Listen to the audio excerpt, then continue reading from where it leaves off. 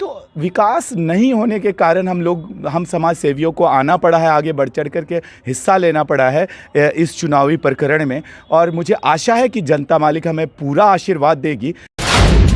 यहाँ पे ज़्यादातर प्रत्याशी जो हैं वो क्या करते हैं कि अपने मुफाद के लिए खड़े होते हैं और एक बार जीत जाते हैं तो वो सोचते हैं कि चलो 5 साल मिल गया, अब जितना लूटना है लूट लो, बाकी जाए बातें बाद में। लेकिन इस बार जनता इतनी चालाक है कि आप देख लीजिए, बगल के बनमा ब्लॉक में जा करके 7 के 7 मुखिया चित हो गए, अपना कुर्सी नहीं बचा सके। उसका रीज़न यही है कि ये लोग ने लूट खसोट किया था। और जो भी धांधलियां अब तक होती रही है उसको हम ज़रूर उजागर करेंगे, और जो चीज़ें रुकी हुई है धांधलियों की वजह से, जो अब तक अटका पड़ा है, उसको पूर्ण रूप से हम चलाने का काम करेंगे।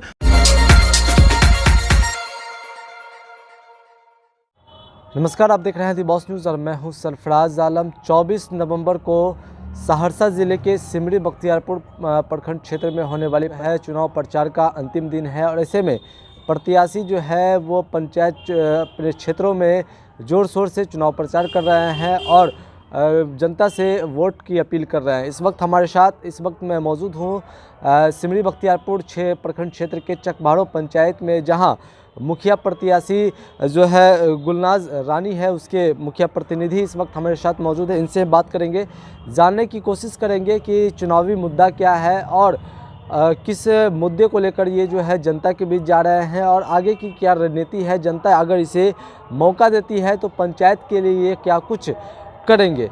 सबसे पहली बात तो ये, एक युवा भी आते हैं और पहला शिक्षा पंचायत को लेकर होती है, इसको लेकर आप किस तरह से देख रहे हैं और क्या लगता है पंचायत कितना शिक्षा को लेकर आगे है?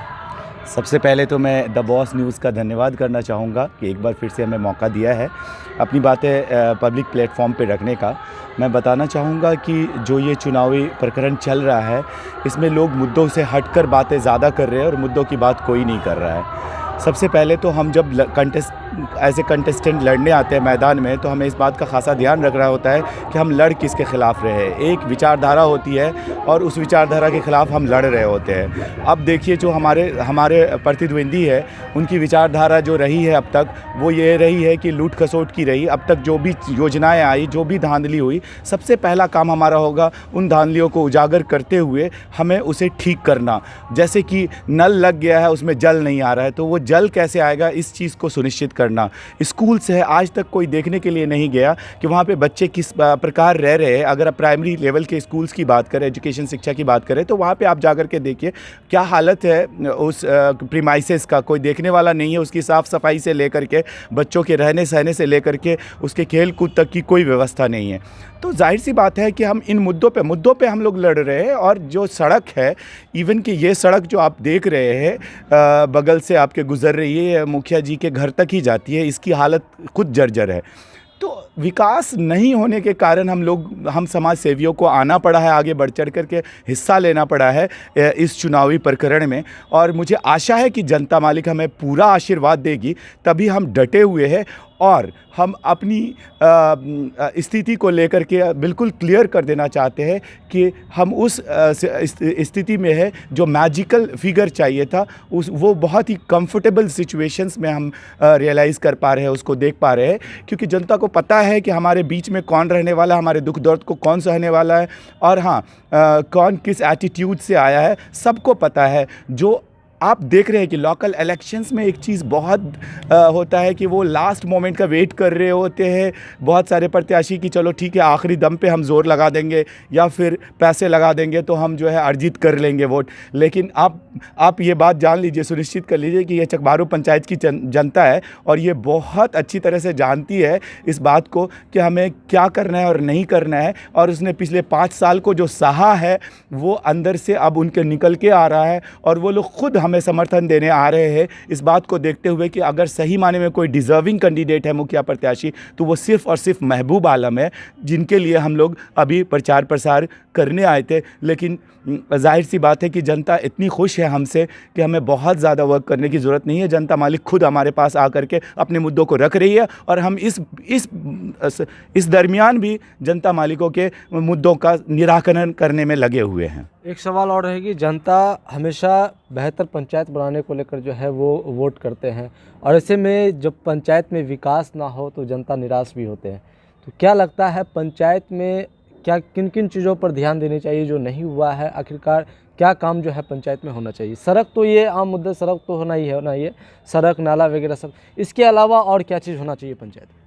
मैं बताना चाहूँगा आपको बिल्कुल साफ तौर पे कि एक आइडियल पंचायत होना अपने आप में एक अलग प्रारूप होता है किसी भी पंचायत के लिए, और वो चीज़ की कमी आप आसपास जा कर के देख लीजिए तो आपको कोई आइडियल पंचायत नहीं दिखेगा। इतने दूर के आसपास के ब्लॉक्स में जा कर के देख लीजिए। उसका कारण है कि यहाँ पे ज़्यादातर प्रत्याशी जो हैं वो क्या करते हैं कि अपने मुफाद के लिए खड़े होते हैं, और एक बार जीत जाते हैं तो वो सोचते हैं कि चलो 5 साल मिल गया, अब जितना लूटना है लूट लो, बाकी जाए बातें बाद में।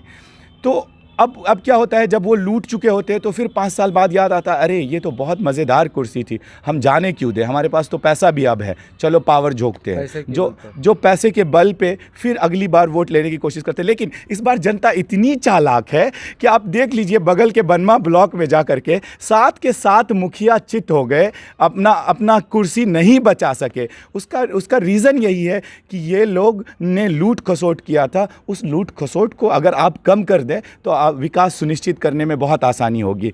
सिर्फ नल जल ही नहीं, मैं बता दूं आपको, जो प्रधानमंत्री की असीम योजनाएं होती है जैसे नल जल हरियाली योजना, उसको पूर्ण रूप से ज़मीनी स्तर पर उतारना ये आपको आइडियल बनाता है। आपको स्वास्थ्य व्यवस्था को बेहतर करना ये आपको आइडियल बनाता है। इससे पहले यहाँ पे कोई एक प्राथमिक स्वास्थ्य केंद्र होता था इस पंचायत में, वो भी बंद पड़ा था। लेकिन हमारे मुखिया प्रत्याशी महबूब भाई की वजह से वो स्वास्थ्य केंद्र भी सुचारू रूप से चलने लगा है। हालांकि अभी भी वहाँ पे डॉक्टर्स की कमी है और भी इंफ्रास्ट्रक्चर में बहुत कुछ डेवलपमेंट होता है, जिसको हम लोग सुनिश्चित करेंगे आने वाले समय में, अगर हमें जनता मालिक मौका देती है तो, जिसके लिए हम आश्वस्त हैं कि हाँ हम उस सिचुएशंस में हैं। और उसके बाद मैं बता दूं कि जहाँ तक शिक्षा व्यवस्था का बात है तो एक कमेटी का गठन किया जाएगा जिसमें सभी शिक्षित लोग होंगे और वो सुनिश्चित करेंगे, और हर एक कमेटी का एक मेंबर एक स्कूल के लिए पूर्ण रूप से डेडिकेटेड होगा कि वो किस प्रकार से उसको ज़्यादा से ज़्यादा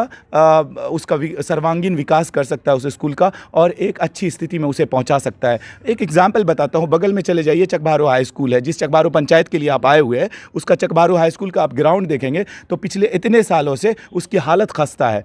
मिट्टी गिराने के नाम पर कहीं मिट्टी गिराया, कहीं पर कुछ गिराया, दीवार बनाने को कुछ बना, कुछ नहीं बना। लेकिन वहाँ पर ऐसे ऐसे शिक्षक हैं जो अपने तन मन धन से लग करके उसे कुछ ना कुछ करने की कोशिश किया, पर उन्हें किसी प्रत्याशी की तरफ से बहुत ज़्यादा कोऑपरेशंस नहीं मिला। खुद वो लोग फ्रस्ट्रेट है, और सभी लोग जो देख रहे हैं आसपास उधर से गुजरते हैं, एक निगाह पड़ती है तो सब इसी उम्मीद में रहते हैं कि काश कोई एक ऐसा नेता आता जो इसको सजा संवार देता। लेकिन हम ये सुनिश्चित करते हैं कि सबसे पहला अगर सजाएंगे संवारेंगे तो उस चकबारो हाई स्कूल के प्रेमाइसेस को बहुत ही अच्छी तरीके से। तो हमारा पहला कर्तव्य होगा कि शिक्षा व्यवस्था को सुदृढ़ करना, उसके बाद हमारी जो हेल्थ व्यवस्था है उसको सही ढंग से लाना, ताकि एक प्राइमरी हेल्थ सेंटर सुचारू रूप से यहाँ पे चलाया जा सके। उसके बाद फिर अन्य मुद्दे हैं, विकास की असीम योजनाएं हैं, जैसे मैंने आपको एग्जांपल दिया नल जल हरियाली योजना का, चाहे वो सड़क हो चाहे नाला हो, जितनी भी चीज़ें हैं, और जो भी धांधलियाँ अब तक होती रही है उसको हम ज़रूर उजागर करेंगे, और जो चीज़ें रुकी हुई है धांधलियों की वजह से जो अब तक अटका पड़ा है उसको पूर्ण रूप से हम चलाने का काम करेंगे, और मैक्सिमम मिनिमम गवर्नेंस और मैक्सिमम आउटपुट देने की कोशिश करेंगे, ताकि ये इस पंचायत को एटलीस्ट एक मिसाल कायम कर सके ये पंचायत, और हम इसे आइडियल पंचायत के रूप में कहीं भी पेश कर सकें। एक सवाल और है, जनता बराबर आरोप लगाते हैं कि जो प्रतिनिधि है वो चुनाव के समय में वोट तो मांग लेते हैं, लेकिन चुनाव जीत जाने के बाद वो पंचायत में नज़र तक नहीं डालते। इस परिस्थिति में जनता क्यों आप पर भरोसा करे, आपको क्यों वोट करे? एक चीज़ मैं कंपेयर करके बता देता हूँ।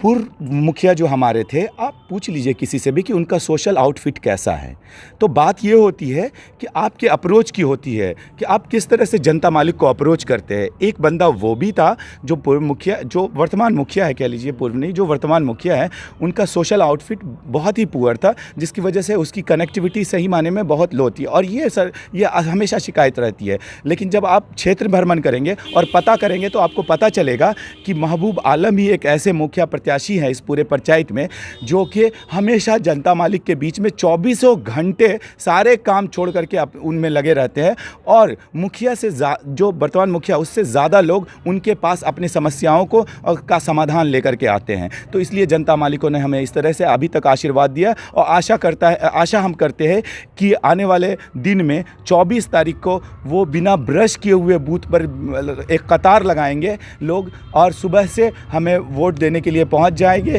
हमारा क्रमांक संख्या 5 पर पुल छाप है, जिसके प्रत्याशी गुलनाज रानी हैं, और हम लोग इसी के लिए वर्क कर रहे हैं। जाहिर सी बात है ये इन्हीं से एसोसिएटेड है, तो हम आशा भी करते हैं, और चूँकि ये एक आइडियल कैंडिडेट है इस पंचायत के, तो इसीलिए हम सभी पूर्ण रूप से चाहते हैं कि एक बदलाव की जो हवा चली है पूरे ब्लॉक में, यहाँ से लेकर के आसपास के सभी ब्लॉक नहीं, पूरे बिहार में कह लीजिए 90% बदलाव हुआ है, उसमें एक बदलाव ये सुनिश्चित है। और इस सुनिश्चितता के साथ हम भी बिल्कुल सबल रूप से आपको आश्वासन दिलाते हैं, जनता मालिकों के इस आशीर्वाद पे हम इतने भरोसेमंद हैं कि कल हमारी पूर्ण रूप से यहाँ पे हमारे मुखिया, नए मुखिया के तौर पे आप महबूब आलम को देखने जा रहे हैं। आज चुनाव प्रचार का अंतिम दिन है, अब तक का कैसा माहौल रहा है? आप चुनाव प्रचार कर रहे थे, अब तक का कैसा माहौल आपने देखा है इसको लेकर पंचायत में? देखिए, सबसे बड़ी बात ये होती है कि आप जब जनता के बीच जाते हैं तो आपको पता चल जाता है कि आप कहाँ पे स्टैंड कर रहे हैं।